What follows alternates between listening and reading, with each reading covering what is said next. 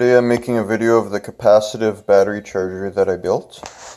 So this consists of a 12-hour timer, a few toggle switches over here for our amperage selection. So this one right here is half an amp, 1 amp, 2 amps. This here is a DC circuit on-off switch. I have 2 meters, a voltmeter DC and an amp meter DC. This is just a military surplus box that I picked up.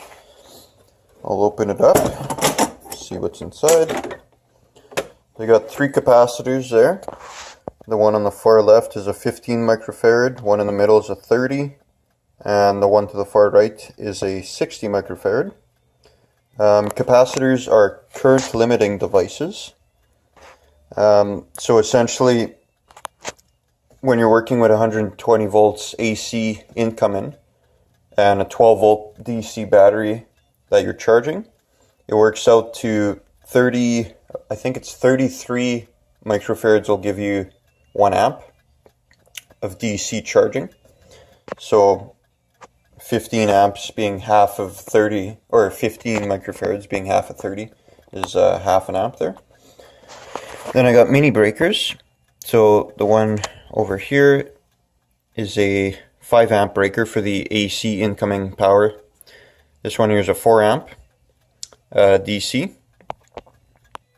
And toggle switches as I talked before.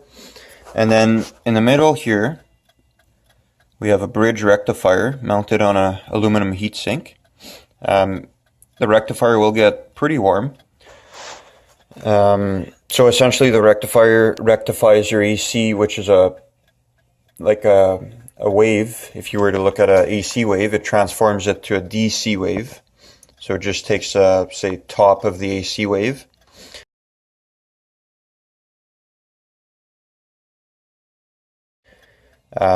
So this will give you up to about 120 volts DC. So you could charge a 24 volt lead acid battery if you want, or 120 volt battery. And just to demonstrate, I have my leads over here. So we're reading 0 volts DC there. So I'm going to throw this on here. I'll plug it into the wall. Turn the switch on. Okay, there we go. We're reading 103 volts DC. It's not hooked up to anything. So I'll go ahead and turn that back off. And you don't want to touch these leads with your hands because you will get shocked. Little disclaimer. I wouldn't build one of these if you're not too familiar with electricity for one and how it's supposed to work. This can kill you. It takes something like 5 milliamps of current through your body to stop your heart. And at 120 volts DC, that could happen fairly easily. So be careful. If you don't know what you're doing, again, don't be doing this. So we'll go ahead and hook it up to the battery here. Okay, so we're hooked up. Meter reads 13.14 volts DC. You could also see that by this gauge here. This one won't be nearly as accurate, but it's a good indicator. It's reading about just under 13 there, so no amperage. It's plugged in the wall.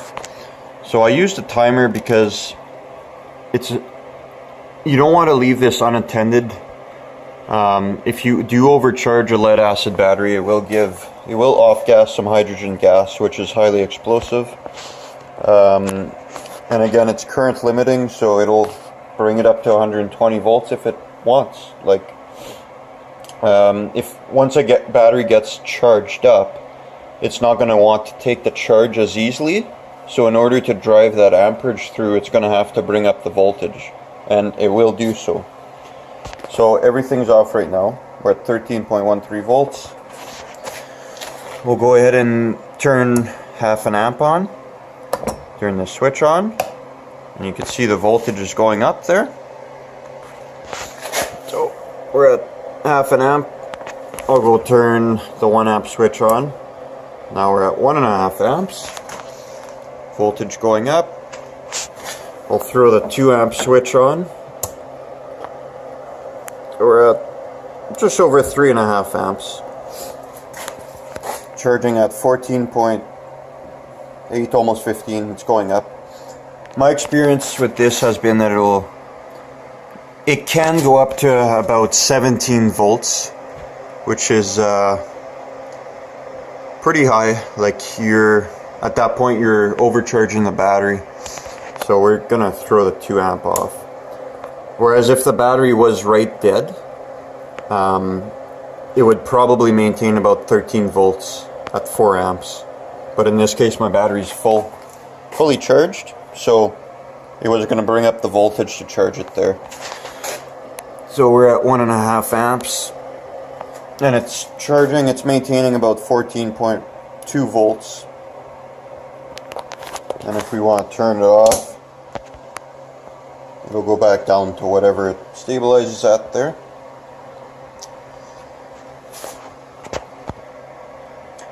Now you might ask yourself, well, why wouldn't I just buy a battery charger?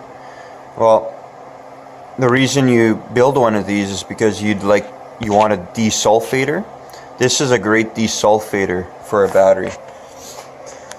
It'll basically bring up the voltage, which, if your battery is highly sulfated,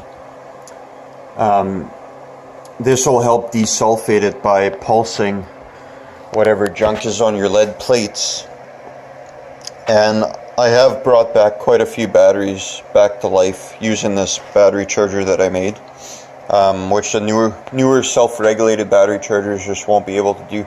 Those want to limit the voltage, usually to about 15.5 volts, in which case they'd have to really limit the amperage. So at 15.5 volts, it might be only charging at 0.2 amps. Whereas this charger, if I tell it to charge at 1.5 amps, it will charge at 1.5 amps, even if it's got to bring the voltage up to 20 volts. But this is why you shouldn't leave it unattended. It's a really good idea to wire a timer in case you do forget about it. And like I say, you don't want to overcharge your battery, because they will begin to off gas. And just don't light a smoke in the garage if that's where you're charging it. Then please don't charge it in your house. But yeah, anyways, that's what I built, and it works really well. Thanks for watching. Don't forget to subscribe. More videos coming soon. Another thing I want to mention is make sure that you put the positive lead to the positive lead on the battery. Don't cross these over. Don't put the negative on the positive and vice versa, because I don't even want to know what would happen, but something will go poof and it might spark or something. Wear glasses, whatever you gotta do. And also the other thing is, these capacitors are wired in series. So as I said earlier, 0.5 amp, 1 amp, 2 amp. I'll go ahead and throw it on here. Plug it in the wall. So if I want 0.5 amp, put the 0.5 amp on. If I want 2.5 amps, I'll throw the 2 on, and now I'm at 2.5 amps. So you have pretty much 9 combinations, or however many you have. So I could go 4 amps. 4 amps is a max. I could go 3 amps. I could go 1 amp. 1.5, whatever. Like, they're wired in series, so one doesn't have to be off before the other one goes on, type thing. And the voltage will vary as per the amperage. Yeah, hopefully you guys enjoyed this video.